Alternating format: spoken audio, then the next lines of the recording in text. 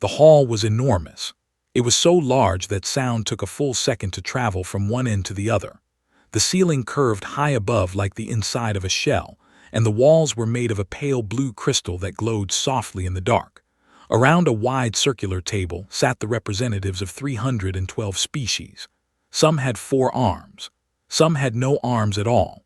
Some breathed gas through filters built into their chairs. Some were so old that their skin had turned to something like bark. But they all had one thing in common. They had never been afraid of anything for a very long time. Ambassador Drenosk of the Voreth Collective walked into the center of the room. He was tall, gray-skinned, and had large black eyes that usually gave away nothing. But today, those eyes were different. Today, they moved. They blinked too fast. They looked around the room in small, nervous jerks that every species present noticed immediately. The Voreth were not known for being afraid. They were known for being cold, careful, and extremely hard to surprise. Seeing one of them walk into a room looking like this was strange. It was the kind of strange that made other beings sit up a little straighter in their chairs. Drenosk stopped at the center and placed both hands flat on the table. He did not wait for a formal introduction. He did not follow the usual greeting protocols. He simply began to speak. He told the council about a small planet, a wet, messy, loud planet orbiting a very ordinary yellow star in a very unimportant part of the galaxy.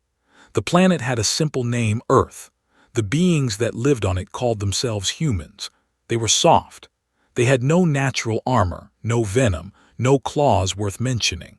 Their average lifespan was almost comically short by galactic standards. Their technology, when the Voreth first observed them, was primitive. They were still burning dead plants for energy. The council exchanged glances. A few quiet sounds traveled around the room. The sounds were close to laughter. Drenosk raised one hand, and the room went quiet again. He continued. He told them what his analysts had found after 40 cycles of watching. He said that in that time, the humans had survived 3 major plagues that each should have ended them. They had fought wars so brutal and so total that their own sky had been briefly poisoned from the smoke, and then they had rebuilt. They had nearly destroyed their own oceans, and then they had started trying to fix them. They had split atoms. They had gone to their own moon. They had developed systems of thinking so complex and layered that Voreth mathematicians had spent years just trying to understand how a human child was taught to reason. None of this, said Drenosk, was what scared him. What scared him was something harder to explain. He tried anyway. Every species in the galaxy, when faced with something that could kill them, had one of 2 responses. They ran from it or they found a way around it. They adapted. They evolved away from danger. They moved their nests, changed their diets, altered their biology over thousands of years to avoid what hurt them. Humans did not do this. When something tried to kill a human, the human tried to kill it back. When a plague came, they did not simply flee or wait to die, they went inside the plague. They studied it. They cut it open and looked at what it was made of until they could make something that killed it. When a flood came, they built higher. When the cold came, they made fire, and when fire wasn't enough, they built walls and wore the skins of other animals and survived in places where nothing else could. When other humans attacked them, they did not just defend themselves. They developed theories about why the attack had happened, built systems to try to prevent it, and then built better weapons in case the systems failed. They were the only species ever recorded that responded to near extinction by becoming more dangerous. The council was quiet now, not the amused quiet from before, a different kind. Drenosk told them that the Voreth recommendation was simple: not war, not contact, containment. The humans should be watched closely and carefully. They should not be provoked. They should not be ignored. And under no circumstances should the council wait too long to decide what to do. The silence in the room lasted for about 4 seconds. Then Elder Jalmira of the Celestine Union laughed. She was ancient. She had been on the council longer than most species in the room had been spacefaring. Her laugh was dry and low, like wind moving through dead leaves. She leaned forward on her long, folded arms and looked at Drenosk with something that was not quite respect and not quite contempt. It was the look one gives a young creature who has said something one finds endearing in its foolishness. She said that the Vorath had been watching one small, wet rock for 40 cycles, and had come to the full council in a state of visible distress over beings that still burned dead plants for energy. She said that every 50 cycles or so, some species discovered some new primitive world and came running to the council with warnings about the dangerous new creatures. She said the council had heard it all before. The Gretkai had warned them about the Saloon. The Piv Confederation had warned them about the Drex, and in every case, the species in question had either destroyed themselves before reaching the stars, or had arrived at the stars confused and frightened and desperate to join the community of civilized beings like everyone else. She asked Drenosk, gently but with a smile that was not gentle at all, if he was perhaps spending too much time watching creatures that had not yet left their own gravity well. The room laughed, properly this time. Even some of the quieter members made sounds of amusement. Drenosk did not argue. He did not raise his voice. He looked around the room at all 312 representatives, and something in his face went very still. He asked the council to enter his warning into the official record. Elder Jalmira, still smiling, said of course. She even said it into the official record herself, so there would be no mistake about it later. She said, in the formal language of council proceedings, that the Vorath Collective had raised concerns about a primitive species designated as *Earth humans*, and that the full council had reviewed the matter and found no cause for alarm. She called them, and this part was also entered into the record, biologically unremarkable and strategically irrelevant. She added one final line. She said it lightly, as one says a thing they do not expect to remember later. Let the soft ones have their little wars. They will exhaust themselves. They always do. Drenosk bowed slightly. He thanked the council for their time. He walked back out through the great crystal doors of the conclave hall without looking back. In the corridor outside, his aide fell into step beside him. The aide was young and had never been in a council session before. He waited for his ambassador to speak. Drenosk walked for a long time without saying anything. The corridor was long and lit with slow, pulsing light. Their footsteps made almost no sound on the polished floor. Finally, the aide asked what they would do now. Drenosk did not stop walking. He did not look at the aide. He spoke quietly, the way someone speaks when they are saying something they hope no one else will hear. He told the aide to begin moving the population of the 3 Vorath border worlds closest to the humans' region of space. He said to do it quietly. He said not to call it an evacuation in any official documents. Call it a colonial reassignment, a resource reallocation, anything that would not draw attention or questions. The aide asked if he truly believed the council was wrong. Drenosk finally stopped walking. He turned and looked at the aide with those large black eyes that had been frightened in the council chamber and were still frightened now. He said he did not know if the council was wrong about what the humans were, but he knew the council was wrong about one thing without any doubt at all. He said they called them soft. I watched them for 40 cycles. There is nothing soft about them. Nothing. He turned and walked on, and the aide followed, and the corridor behind them was very quiet and very still, and somewhere far away, in a small solar system in an unimportant part of the galaxy, a species that burned dead plants for energy looked up at the stars and wondered what was out there. 200 cycles passed. The galaxy moved on the way the galaxy always did. New wars started and ended. New trade routes opened. 3 species went extinct, one from a natural disaster, one from a slow disease, and one, quietly and sadly, from simply losing the will to continue. The council held its sessions, passed its resolutions, and filed its reports. The universe kept turning, indifferent and enormous. And on a small wet planet far from the center of things, humans kept moving. The file on Earth humans sat in the Council's archive system under the designation *** Class 4 Primitive, Quarantine Protocol Active. Class 4 meant no contact, no trade, no interference. The idea was simple: let them develop on their own timeline. Most Class 4 species took between 500 and 1,000 cycles to reach a basic level of space travel. Then the Council would make formal contact, offer membership, explain the rules, and welcome the new species into the community of civilized beings. It was a clean process. It had worked over 200 times. Nobody checked the Earth file for a very long time. Counselor Yethza of the Meridian Compact was not someone who got surprised easily. She had spent 60 cycles in diplomatic work, negotiating border disputes, mediating trade conflicts, sitting across from species so alien that looking at them directly required a strong stomach. She was good at staying calm. She was good at reading situations before they turned dangerous. It was why she had been sent to the Terran frontier. Reports had started coming in from cargo ships and survey vessels operating near the Boundary Veil, the invisible but well-established line marking the edge of Council map space. Ships had been picking up signals, structured signals, signals that used mathematical patterns consistent with deliberate communication. And on 3 separate occasions in the past cycle, objects had crossed the veil from the other side.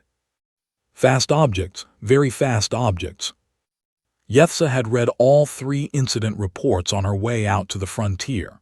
In the first 2 cases, the objects had turned away before Council vessels could intercept them.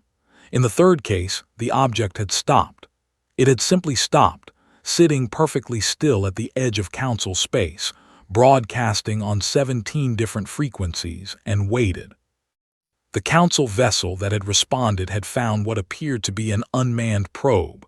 They had brought it aboard. It was not unmanned. There was a small device inside, a recording. The recording contained a message in 12 different languages, including 3 that were considered classified and not available in any public archive. The message was simple. It said, "Hello, we know you are there. We would like to talk." Yethza arrived at the Terran frontier with 2 escort ships and a full diplomatic package: translation systems, greeting protocols, first contact procedures that had been refined over centuries. She was fully prepared for a species that was confused and curious, and perhaps a little frightened by the vast reality of a galactic community they had just discovered existed. What she found instead was a human ship. It was already there when she arrived, sitting just inside the Boundary Veil on the Council side, which should have been impossible. The veil was not marked physically. It was a designated coordinate system, but the humans should not have known where it was. The exact coordinates were not in any public record. They were internal Council data. The human ship was not what she had expected a primitive vessel to look like. It was large, not as large as a Council warship, but larger than it had any right to be for a species that had supposedly only recently developed interstellar travel. It was dark-colored, asymmetrical, and covered in what looked like damage that had been repaired many times over. It looked like a ship that had been through a great deal and had survived all of it. Before Yethza could send a formal greeting, the human ship opened a channel. The face that appeared on her display was that of a human female, middle-aged, by what Yethza understood of human biology, short dark hair, eyes that were a deep brown. She was wearing a simple gray uniform with no decoration on it except a small symbol on the left side of her chest, a circle with a horizontal line through it, which Yethza did not recognize but filed away immediately. The human said her name was Captain Rin Vasquez. She said it in the standard trade language of the Council, with a slight accent but no hesitation and no errors. Then she said, politely and without any visible concern, that she had been expecting someone to come out and have a conversation eventually. Yethza kept her expression steady. She asked in the same trade language, how the captain had learned to speak it. Vasquez said they had been listening to council communications for approximately 90 cycles. She said the trade language had been one of the first things they translated. She said it had taken about 11 years, roughly 8 council cycles, to crack it completely, and about another 4 cycles after that to build a working vocabulary large enough for conversation. Yethza asked how humans had known the council existed. Vasquez smiled. It was a calm smile, the kind that comes from someone who is completely comfortable in a situation that should be making them nervous. She said that it had not been very difficult. She said that when you sent ships through space, those ships left traces. Radiation signatures, gravitational wake patterns, residual energy from jump drives. She said humans had been tracking those traces for about 120 cycles. She said they had mapped a significant portion of council infrastructure from the traces alone. There was a pause in the conversation. Yethza asked why the humans had not made contact sooner, if they had known for so long. Vasquez looked at her for a moment. Then she said something that Yethza would think about for the rest of her life. She said, "We wanted to understand you before you understood us. It seemed safer that way." After the conversation ended, Yethza sat alone in her command room for a long time. Her escort ships were waiting for direction. Her diplomatic package sat open and unused on her desk.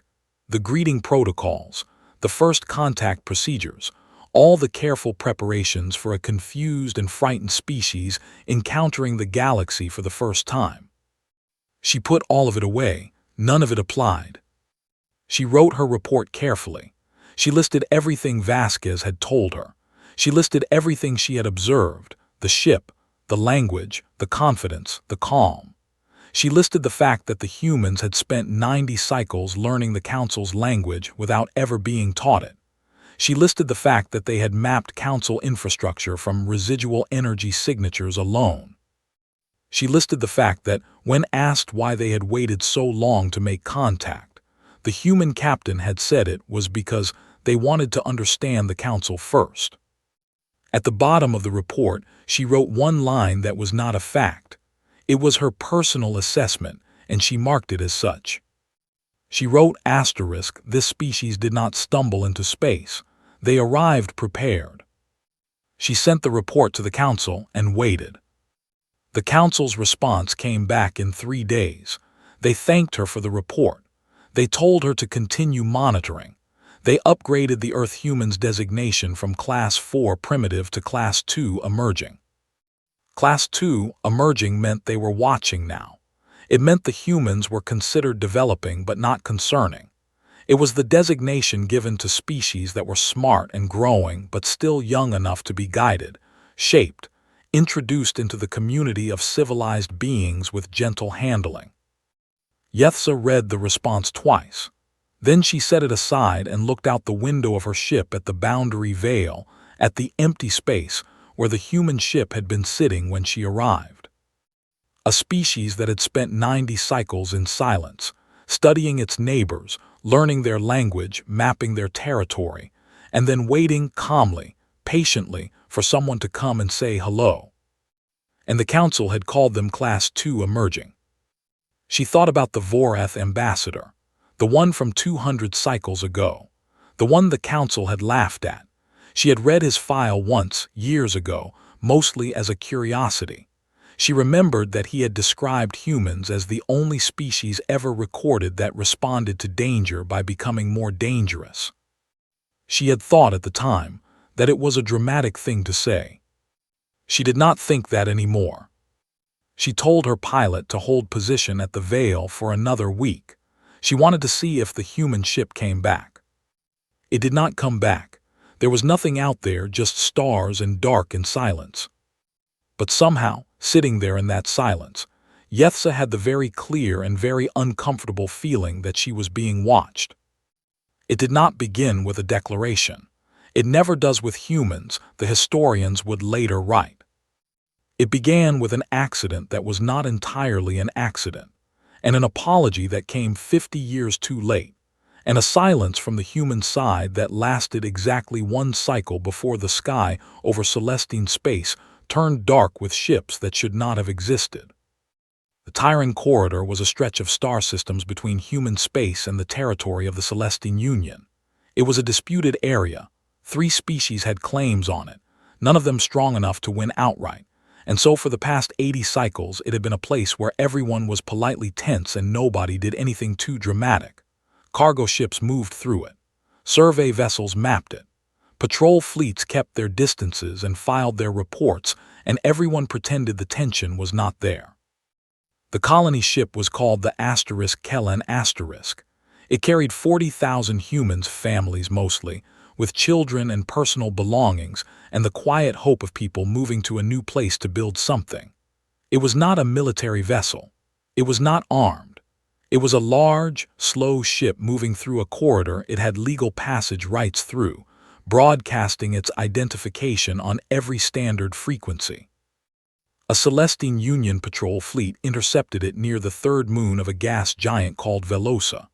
What happened next was officially described in the report the Celestine Union filed with the Council the following day as a navigation error, a targeting system malfunction, a tragic chain of automated responses that no living officer had intended or authorized. The Kellan was destroyed in 4 minutes. All 40,000 people on it were killed. The Council sent formal condolences to the Terran Unified Government within the week. A reparation package was prepared, financial compensation, a formal apology entered into the official record, a pledge to review Celestine Union targeting protocols. Elder Jalmira herself, ancient and slow-moving now but still sharp-eyed, delivered the apology personally via broadcast. It was a good apology. It used all the right words. It expressed genuine-sounding regret. It was the kind of apology that had ended conflicts between Council species many times before. The humans received it, they acknowledged it, they said very little. For one full cycle, they said almost nothing at all. The Council took this as a sign that the matter was moving toward resolution, quiet negotiation probably, a drawn-out discussion of reparation terms. This was normal. This was how things worked. The Council had seen this kind of grief before in many species. They knew how to wait it out. What they did not know, what no one in the Council had thought to consider, was that human silence was not the same as human stillness. Admiral Sira Akafar appeared at the edge of Celestine space on the 366th day after the destruction of the Kellan *. She came with a fleet that the Council's intelligence divisions had no record of. Not because it was hidden. It had been built in open human shipyards, registered in human naval databases, crewed and provisioned, and tested over the course of the previous cycle while the humans were being quiet. The Council had simply not been watching closely enough to notice. The ships were unlike anything in the Council's records. They were large and dark and built with a kind of brutal simplicity, no decorative elements, no wasted space, every surface angled in ways that made them difficult to track on standard sensor systems. There were 43 of them. They did not form the kind of neat fleet pattern that Council naval doctrine used. They spread out wide and irregular, overlapping sensor ranges, covering angles, moving in ways that suggested they had thought very carefully about how Celestine defense systems worked. Akafar sent one message. She sent it directly to the Celestine Union's military command, copied to the Council. She did not use formal diplomatic language. She used plain words. She asked for the coordinates of the wreck site of the Kellan * and the name of the commanding officer who had given the order to fire. She said she wanted both of these things within 72 hours. She did not say what would happen if she did not receive them. She did not need to. 43 ships at your border said it for her. The Celestine Union's response came in 2 parts. The first part was a communication to the Council asking for emergency support, a clear violation of the human demand, which had been sent privately. The second part was their own fleet, 120 ships, moving to intercept HFY's position. The Celestine fleet was 3 times the size. It had been active for decades, its crews experienced, its ships well-maintained and well-armed. By every measure the Council used to assess military engagements, the Celestine Union should have won without much difficulty. The battle lasted 9 hours. Later, when analysts tried to reconstruct what had happened, they kept running into the same problem. The humans had not fought the way any species fought. Council military doctrine across almost every member species was built around the same basic logic: destroy the enemy's ability to fight. Target weapon systems, engines, command structures. Win by force, win by numbers, win by outlasting the other side. The human fleet did not try to destroy anything. They disabled ships. They did it with a precision that the analysts found almost uncomfortable to look at: surgical strikes on specific systems, calculated to stop a vessel without killing it. And then, before the crew of the disabled vessel could respond or call for help, a human boarding team was already inside.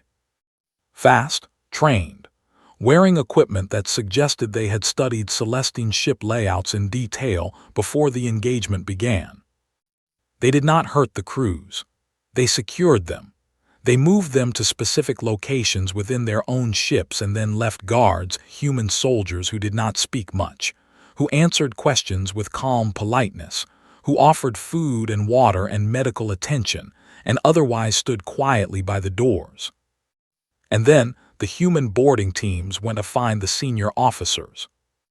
The Celestine fleet commander, Admiral Vethka, was a decorated veteran who had fought in 4 conflicts over his long career. He had never surrendered in his life. He did not consider himself the kind of being who could be surprised. He was surprised. He found himself sitting across a metal table from a young human officer who was holding a cup of something warm and looking at him with the patient expression of someone who had all the time in the world. The human officer introduced himself, asked Vethka his name and rank, thanked him for the information, and then asked him, in a very calm and very direct way, to walk through his decision-making process on the day the asterisk Kellan was destroyed. Vethka said nothing. The human officer nodded as if he had expected this, made a note on the device in his hand, and said that was fine. He said they had already recovered what they needed from the fleet's navigational data and communications logs. He said the question had really been a courtesy. He said that, when people were given the opportunity to explain themselves, it sometimes helped them feel better about what came next. Then he stood up, thanked Vethka again, and left. The Celestine fleet surrendered 6 hours later, not because they were destroyed. Most of the ships were still functional. They surrendered because the admirals on the command vessels looked around at what was happening. Their ships boarded one by one, their crews secured without casualties, their entire engagement being taken apart with a methodical patience that felt less like warfare and more like a very serious investigation. And they realized they did not know how to fight this. They did not know how to fight an enemy that did not seem to want to destroy them. An enemy that was clearly, in real time, studying how they thought and moved and made decisions. It was the most frightening thing Admiral Vethka had ever experienced, and he had experienced a great deal. At the council, the session that night was the quietest in living memory. The full results of the engagement were laid out on the table. No Celestine ships destroyed. No human ships destroyed. 43 human vessels against 120 Celestine vessels, and the humans had ended it in 9 hours without killing anyone, while simultaneously gathering what appeared to be a comprehensive intelligence picture of Celestine military systems. Someone at the table quietly moved to update the human designation status. The Class 2 emerging notation was removed from the Earth humans file that night. In its place, the Council's classification system used a category that had never been applied to a living species before. It existed in the old records, created 1,000 cycles ago as a theoretical marker, never used because no species had ever met the criteria. The new designation was *** Class Omega, Existential Variable. It meant, we do not know what this is, and that is the problem. Somewhere far away, on 43 dark ships pulling back from Celestine space, Admiral Sira Akafer stood at the window of her command deck and looked at the stars. An aide handed her a report, the coordinates of the *Kellen *Rex site, sent by the Celestine Union within hours of the surrender. The name of the commanding officer was attached. She looked at the report for a long time. Then she folded it and put it in her pocket. She said quietly to no one in particular, 40,000 people. Then she told her fleet to go home. Fear, when it lives in a room long enough, changes the room. It changes the way light feels in it. It changes the way voices sound. It gets into the walls. The emergency session of the Galactic Council had been running for 6 days. Not 6 hours, 6 days. Delegates had stopped leaving for proper rest periods. Food was being brought in. The hall that had once rung with laughter now smelled like cold air and stress, and the particular chemical signature that several species released when they were deeply, genuinely afraid. On the central display, rotating slowly for everyone to see, were the results of the Tyran Corridor engagement. The numbers had not changed. They were not going to change. 43 human ships, 120 Celestine vessels, 9 hours, 0 ships destroyed on either side, and a complete, systematic dismantling of one of the Council's most experienced fleets, boarded, documented, and released like specimens that had been examined and found useful. High Chancellor Voss of the Meridian Compact stood at the head of the table. He was not the oldest being in the room, but he was the most composed, and in a room full of frightened delegates, composure was a kind of power. He was tall, silver-skinned, with eyes that were a flat and unreadable gold. He had spent his career being the calmest person in difficult rooms, and he was doing it now, even though something behind those gold eyes was working very hard to stay calm. He had a proposal. He called it Resolution 7 Omega.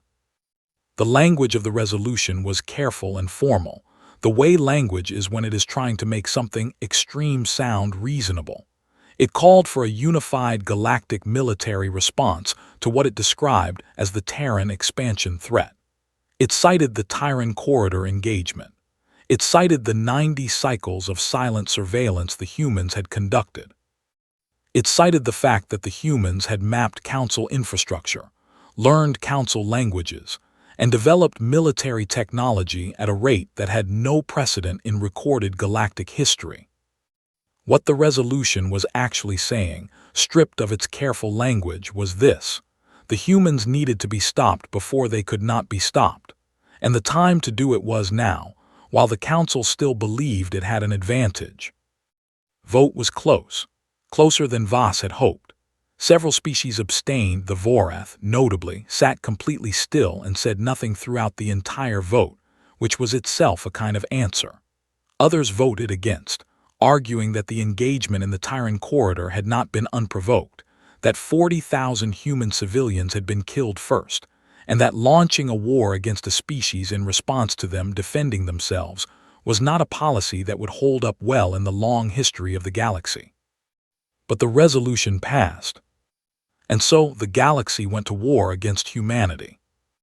Intelligence Officer Kale Dren was 32 years old, young for his work, the grandson of a very old and very quietly famous ambassador whose file sat in the Council archives marked Warning, VORATH, unheeded. Kale had grown up knowing about his grandfather's report. He had grown up knowing that the Council had laughed. His grandfather had never said much about it. Drenosk had lived a long life and died peacefully, but there had always been something in his eyes when the subject came up, some quiet and heavy thing that Kale had never been able to name. He thought he might be starting to understand it now. Kale was embedded with the Council's primary intelligence coordination unit, the group responsible for gathering and analyzing information to support the military campaign. He had access to everything, every report from every front, every plan, every operation, every piece of information that came back from the fleet commanders operating in and around human space. The campaign began with a plan that the Council's best military minds had spent 8 cycles developing. It was a good plan, by every standard they knew. It was designed to cut off human supply lines, isolate clusters of human ships, and force engagements in areas where the Council's numerical advantage would matter most. The first operation failed in 6 hours. Not because the human fleet had destroyed the Council forces. They had not. The Council ships arrived at the designated coordinates to find the area empty. The supply lines they had been sent to cut were already inactive. The human ships they had expected to find were not there. It was as if the humans had simply moved everything before the operation began. The second operation failed in the same way. The third operation failed differently. The Council fleet arrived at their designated position to find a small human ship already there, sitting quietly, broadcasting nothing. Before the fleet commander could decide what to do, the human ship opened a channel. A human officer appeared on the display, apologized for the inconvenience, and informed the commander that the operation's planned route had taken the fleet through a debris field that the Council's own navigational charts had listed as clear, but which was actually quite dense with material that would damage the fleet's engines at the speeds they were planning to travel. The human officer said they had flagged the navigational error as a courtesy, and hoped the fleet commander had a safe journey home. Then the human ship left. The fleet commander filed a report. Kale read it 3 times. He read it 3 times because he could not quite make himself believe it on the first 2 readings, that a human ship had appeared at a classified operational coordinate to offer navigational advice. Either the humans had access to the operation's plans, which should have been impossible, or they had independently predicted where the fleet was going and gotten there first. Both options were deeply disturbing. The reports kept coming. Supply caches that disappeared before Council forces reached them, rendezvous points that were empty, encrypted communications that, when the Council changed their cipher systems, the humans appeared to adjust to within days. And then the notes began. The first note was found on a Council command ship after a routine patrol, a small piece of physical material, covered in writing, left in the captain's private quarters, which had been locked and secured the entire mission. The writing was in the standard trade language, neat and clear. It said, "We see you, H." The second note was found in the war room of a Council military installation on a moon called Verath 7. The installation was ground-based, heavily defended, staffed by 300 beings at all times. Nobody had seen anyone enter or leave who should not have been there. The note was on the central planning table, held down by a small round object that turned out to be an Earth coin, a physical currency the humans apparently still produced, stamped with the face of a human, and a date that corresponded to approximately 40 cycles ago. The note said, *, your eastern perimeter runs 11 seconds slow between the 3rd and 4th sensor posts. You should fix that. H. Kale read every note as it came in. There were 14 of them over 3 months. They were found in secured locations. They were left in places that required access codes, biometric clearance, or physical keys that should not have been replicable. They ranged from simple observations to detailed corrections to Council security procedures, offered with a politeness that somehow made them worse than threats would have been. The worst one was found in High Chancellor Voss's own office, in his secured facility on the Council's central station. The facility had no external docking ports accessible to unauthorized vessels. The office itself had 6 layers of security and was swept for intrusions twice daily. The note was on his chair, which he had been sitting in 4 hours before it was found. The note said, "We know we've always known, H." Voss read the note and then sat down, carefully, on a different chair. He called Kale into his office. He laid the note on the desk between them and asked Kale what he thought it meant. Kale looked at the note for a long time. He thought about his grandfather. He thought about the report that the council had laughed at. He thought about a species that responded to near extinction by becoming more dangerous, that had spent 90 cycles in silence learning the council's language, that had built an entire fleet in secret in 1 year while the galaxy thought they were grieving. He thought about the Tyran corridor and the human officer who had sat across from a Celestine admiral and asked him, patiently and without anger, to explain his reasoning. He thought about what it meant that every operation the council had launched had failed, not because the humans had destroyed the forces. They had not destroyed anything. They had simply moved. They had simply not been where the council expected them to be. They had been somewhere else, watching, taking notes, leaving messages. Kale said slowly, "I don't think we surprised them. I don't think we've surprised them once." Voss's gold eyes were very still. Kale said, "I think they've been ready for this. I think they've been ready for a long time." Outside the window of Voss's office, the stars were the same stars they had always been, distant, cold, indifferent. But Kale found, looking at them now, that they felt different. They felt like they might be occupied. Like somewhere in the dark between them, behind the light that had left them years ago, something was sitting very still and watching back. His grandfather had tried to tell them. Nobody had listened. And now Kale stood in a room with a note that had been left on a secured chair in a sealed facility, and asked himself the question that was going to keep him awake for the rest of the war. If they have always known, what are they waiting for? What follows is assembled from fragments, records recovered from damaged archives, personal journals found on abandoned stations, transmissions intercepted and saved by systems that continued running long after the beings who built them were gone. History, when it breaks, does not break cleanly. It leaves pieces, and the pieces do not always fit together the way you want them to. And sometimes the most important things are found in the margins, in the handwritten lines at the edge of an official document, in the last entry of a journal, in the single sentence someone said in a corridor when they thought no one was recording. This is what happened, as best as it can be told. The war lasted 4 years by human reckoning. In that time, the Council launched 37 major operations against human space. Of those 37, 29 failed before they properly began. The forces arrived to find the area already evacuated, the targets already moved, the supply chains already rerouted.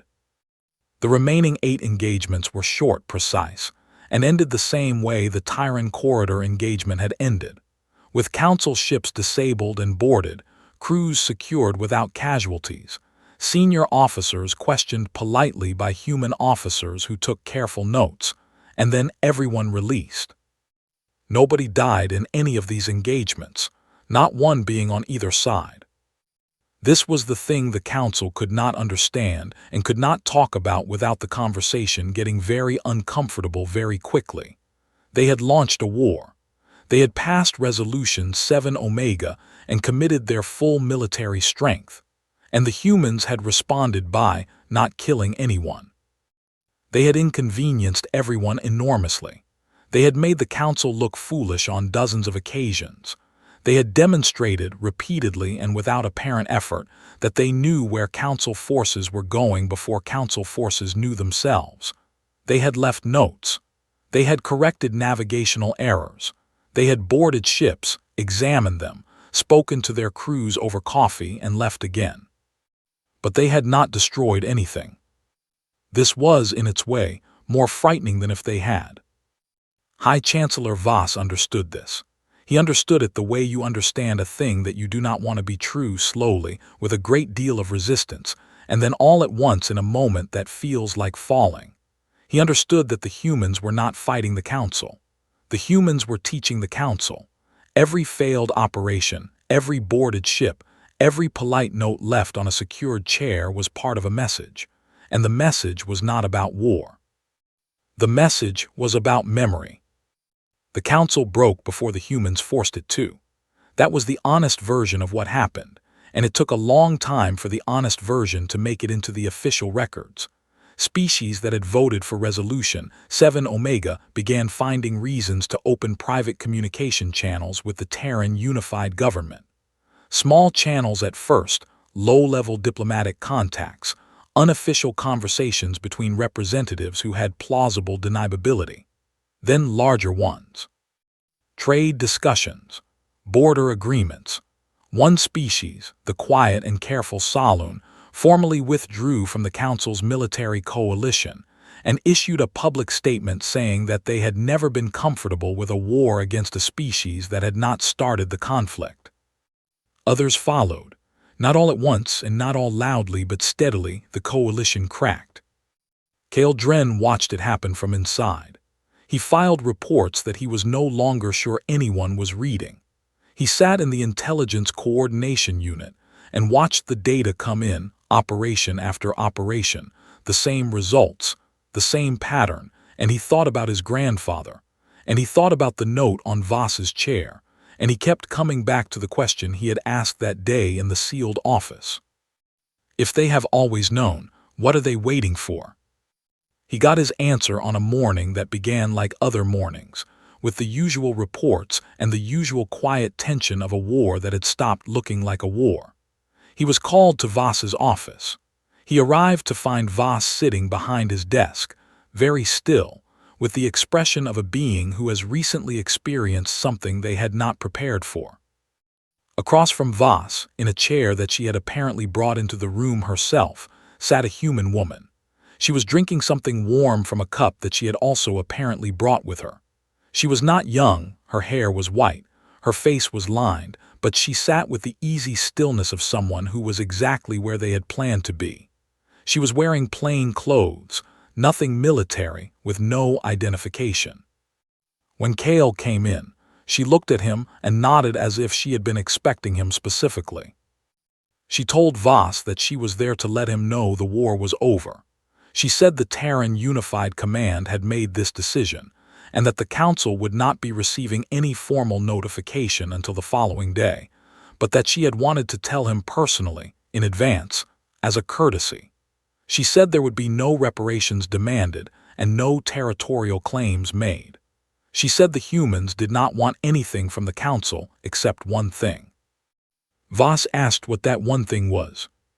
She looked at him for a moment, and then she looked at Kale, and she said something that Kale wrote down in his personal journal that night and carried with him for the rest of his life.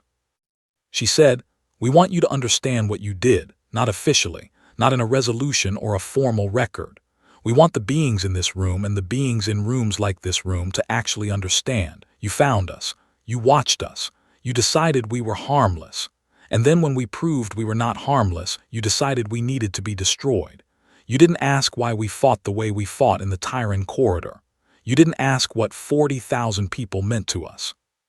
You saw something you didn't understand and you voted to erase it. We want you to sit with that. For a long time."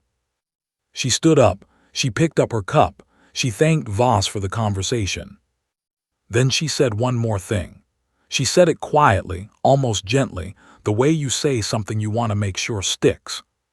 She said, "We have people everywhere, not to control anything, not to spy, just to remember. We remember everything, every vote, every name, every laugh." She left. The door closed behind her. Neither Voss nor Kale said anything for a very long time. The next day, the formal announcement came from the Terran Unified Command. It was broadcast on every frequency the Council used. Admiral Rin Vasquez, older now, white-haired, the same person who had sat in that first meeting at the Boundary Vale all those years ago, delivered it herself. Her voice was calm and clear, the same voice she had used at the Vale, and it held the same quality it had held then, total, absolute composure. She said the war was over. She said humanity had not sought it and did not celebrate its end. She said the Terran Unified Government would be opening formal diplomatic channels with any species that wished to engage honestly. She said the terms were simple: no deception, no dismissal, and no condescension. And then she said the part that every species in the galaxy heard and remembered. and would keep remembering long after everything else about that day faded. We did not come here to conquer you.